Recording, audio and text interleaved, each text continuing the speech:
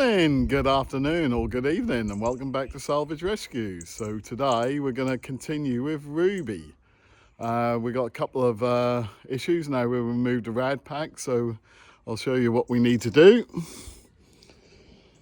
So obviously, as I said in the last video, we need to remove the air intake. I got a new one of them coming, or brand new second-hand one of them coming. So we've got to remove the air take, and also I think it's the heat control module, heat management module.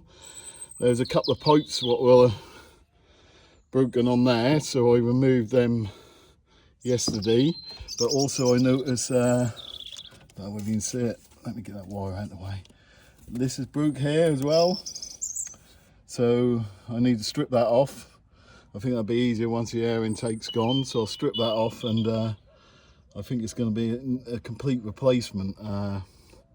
You can still get them, they're brand, you can get them brand new, or you can get them second hand on eBay. But yeah, so that's what we're going to do today. So we're going to strip them two parts off and then check for any other damaged parts as we go, really. But yeah, so I'll set you up on a time lapse and we'll see how we get on removing those two items. See you in a bit. Ta-da for now.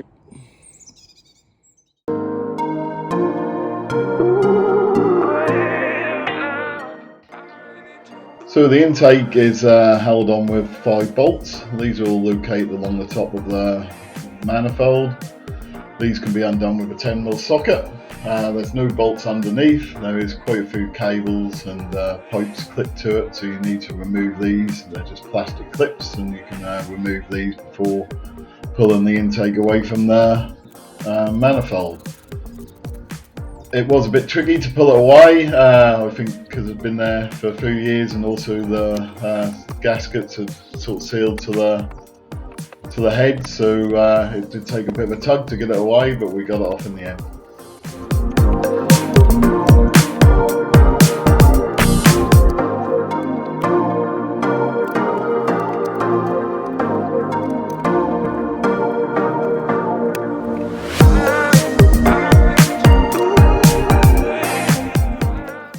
So moving on now to the water management module.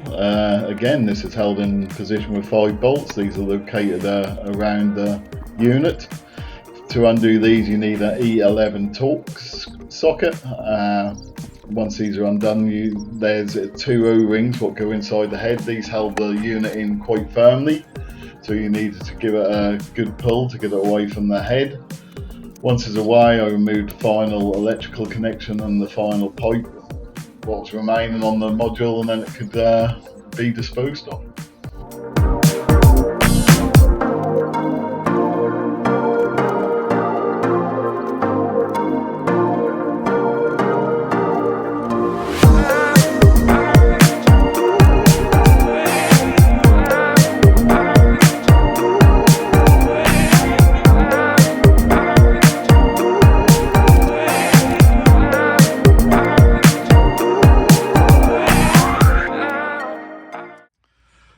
So that's air intake and the heat management module now removed. As you can see, it's pretty well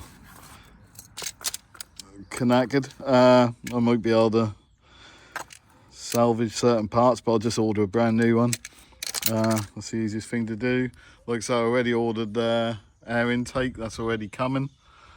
So I'll get one of them on order, but as far as I can go, I'll just block the holes up before I cover it up again. But yeah, it's about as far as I can go today, unfortunately, not until some parts arrive. But anyway, I'll catch up with you guys in the next clip once we have the parts.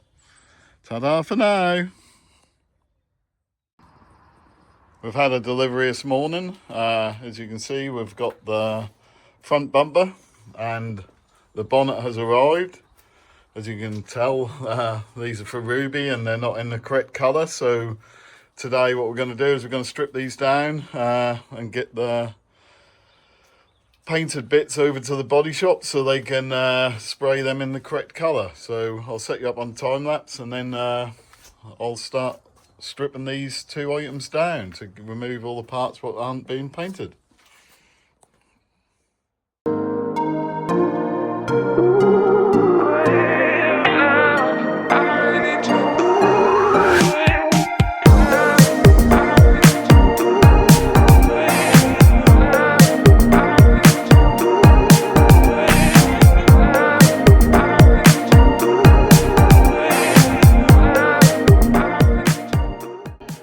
this was a horrendously laborious task to split the bumper down. It took me roughly an hour and a half in the end to strip all the non-painted parts off the lower bumper section what needed painting. The fog lights were held in position with 3 screws. These were really easy to undo. The only part of the bumper what was.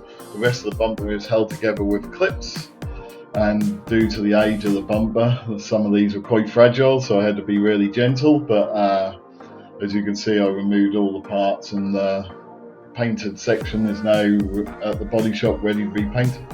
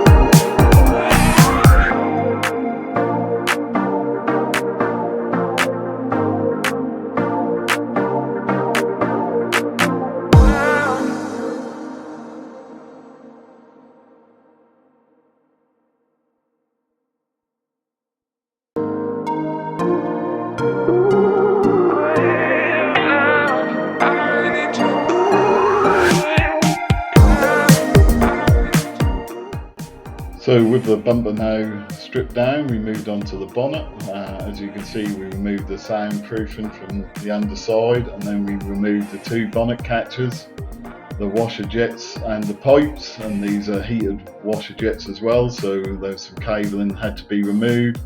We then went on to remove the bezels from around the headlights and the air intake duct, and also removed the chrome trim what runs along the edge of the bonnet, and then this is ready to be painted along with the air intake duct.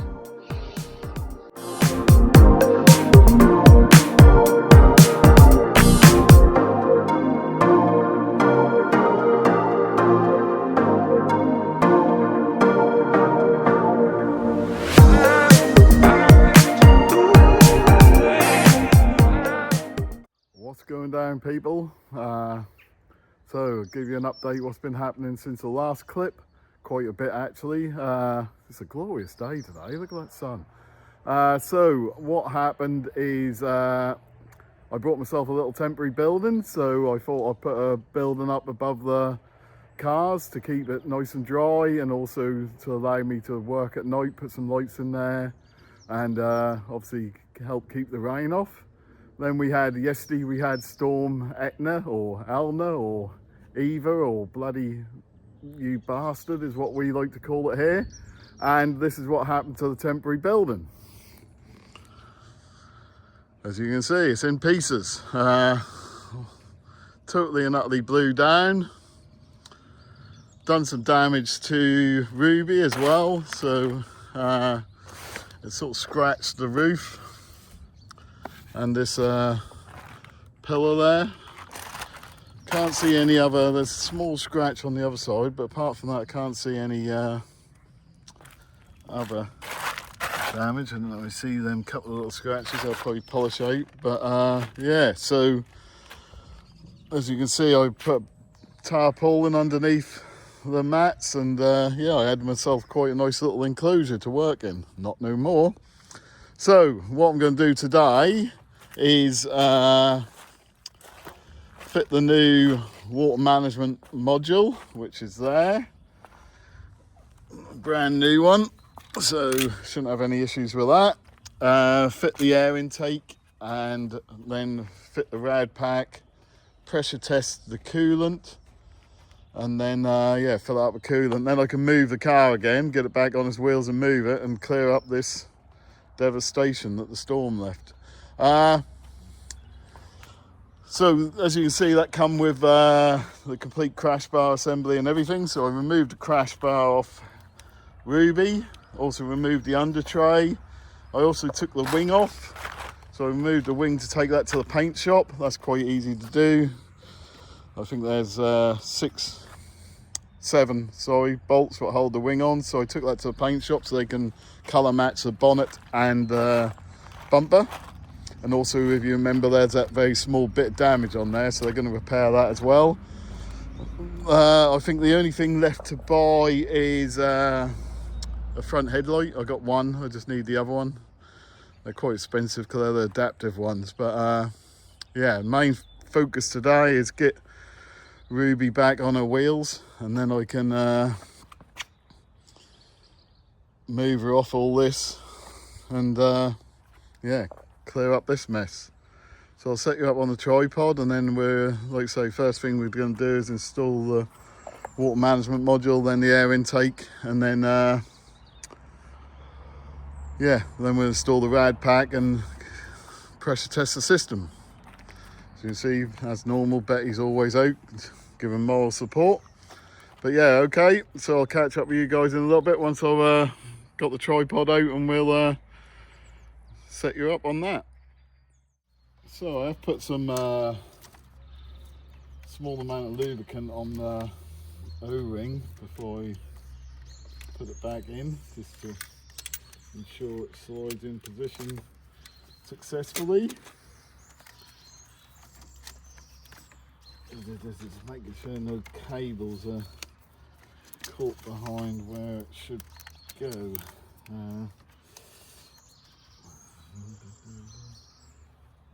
Looks satisfactory. So this is just held into position with 5 E10 torque screws. Just need a longer extension bar. Let me grab that.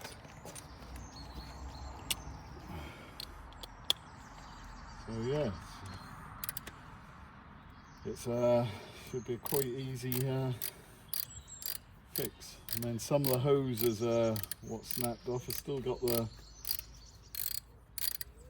little bits in, so I just need to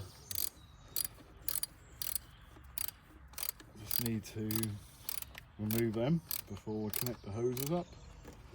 I don't want to overdo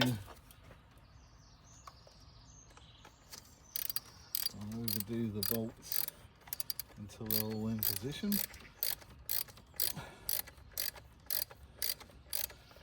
I did look for a second-hand one of these, but the ones that were for sale were broken like mine, but the bits that were broken off it were the bits that snapped off on mine. So it's obviously when you have a frontal collision, certain parts take the impact, and so a couple of connections what were missing off the one that I removed from Ruby on the second-hand ones, what were also for sale, they were missing as well. So in the end I bit the bullet and just bought a new one. Not the most cheapest thing out there for what it is, but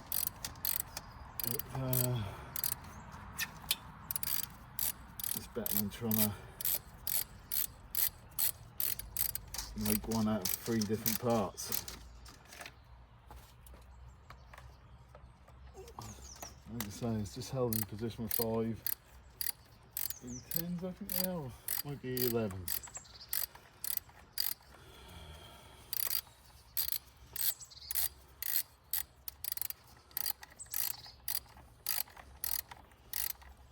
I need to treat myself to one of these power ratchets.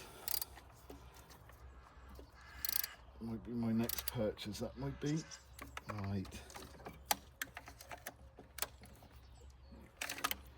Go round in like a star-shaped fashion.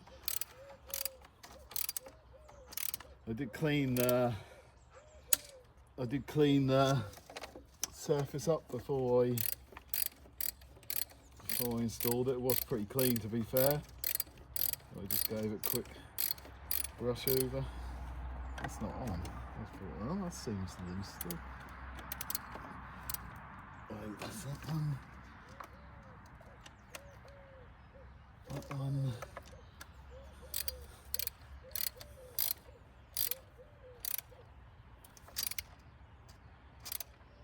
And that one. There we go. Couple of electrical connections. We might as well plug in now. Oh, little clips fell out of that one. Put that back in.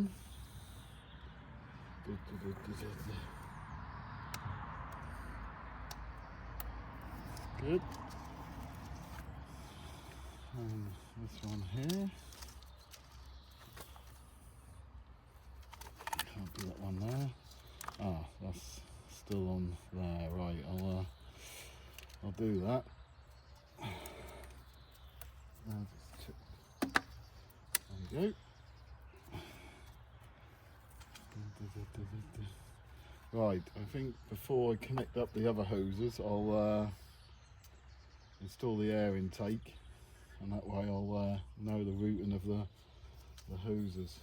This one could go on, although it hasn't got its metal clip. That must be in the mock-up. But yeah, that's in position. So what I'll do now is I'll go get the air intake and install that, and then we can sort out the front end and put that back together. So I'll just hold it there and be back with the air intake. So now we're installing the air intake. This is a bit fiddly because there's quite a few wires and connections. Again, I've cleaned up the surface prior to installing it and put a little bit of lubrication on the O-rings.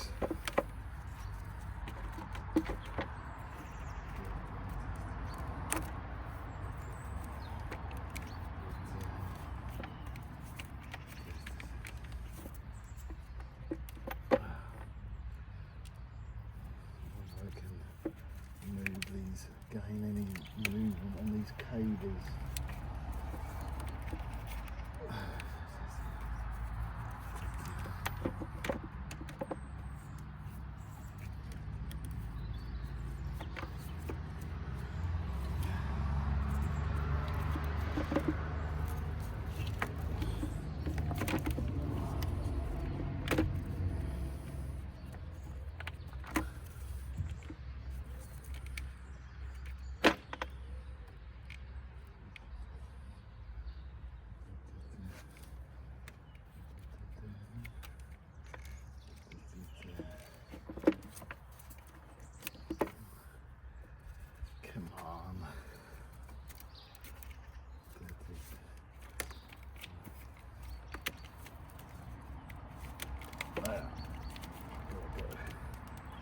Freedom now. That's a little easier.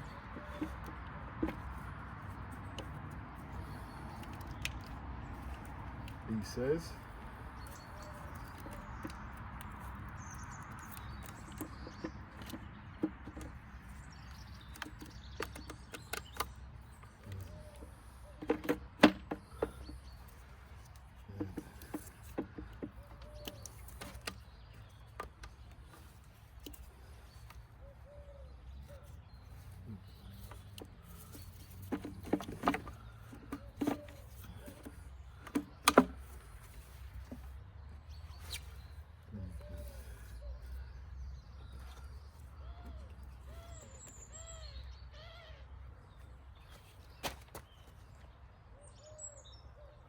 Good.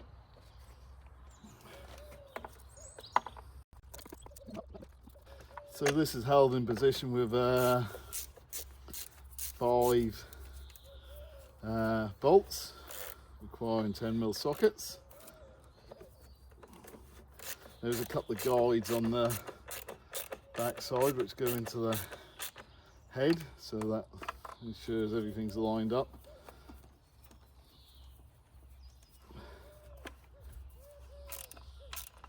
No bolts underneath, just all 5 bolts on the top there.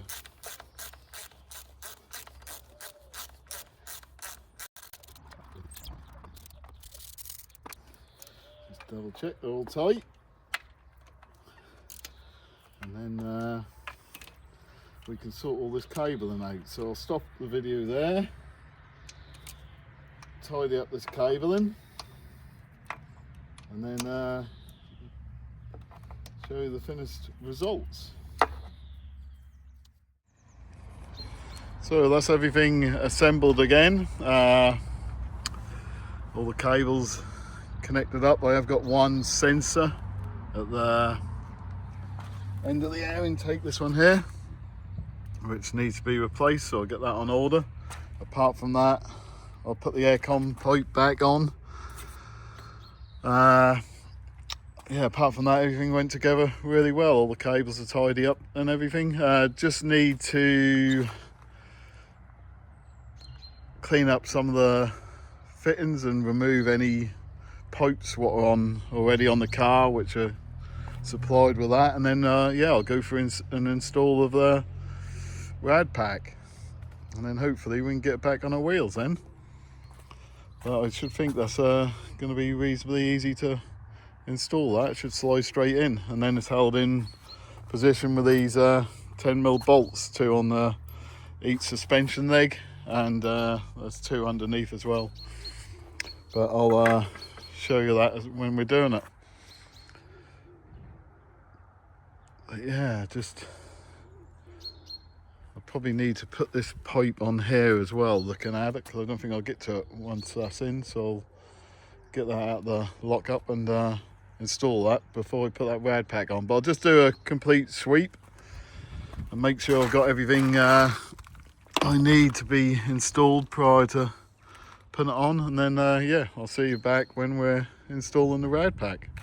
But yeah, all good. 1 hour later.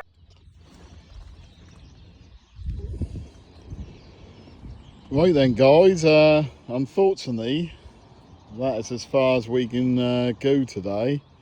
I was hoping to get it filled up and with water and antifreeze and get it so it run, but unfortunately we can't, and I'll explain why. So it seems that we fitted all the complete front rad pack, so that all fitted well, but when we did fit it, I noticed I don't know what you see down there, but this side of the radiator, so the driver's side of the radiator, is slightly different to the one we've got. So that's got a sort of Jubilee clip type connection on the pipe, where the other one's got the old snap fit type thing. And if you look at this side, you can see it's got a different connection there, and also it's got the temperature sensor as part of that radiator unit, where this one hasn't. It's got the temperature sensor part of the shutter panel. So what my intention was, I took off the AC rad off the front, because that one's, you can see, it's quite damaged, and I thought, right, I'll use that, and then I'll use the old radiator, because that looks solid, even though it's and it was, obviously when I pressure test it I could see, but this bracket here is broke, so unfortunately I can't do that anyway. But yeah, apart from that, that's as far as we can go. So I'll have to order a new radiator as part, and remove that from the charge cooler, and then yeah, install the new radiator and connections, because like I say, the cable for the temperature sensor is only that long there. That one has got a cable to it, but I don't know whether that'll all operate correctly. So yeah, unfortunately that's as far as we can go. So I'll have to get one of them on order and then see where we go from there.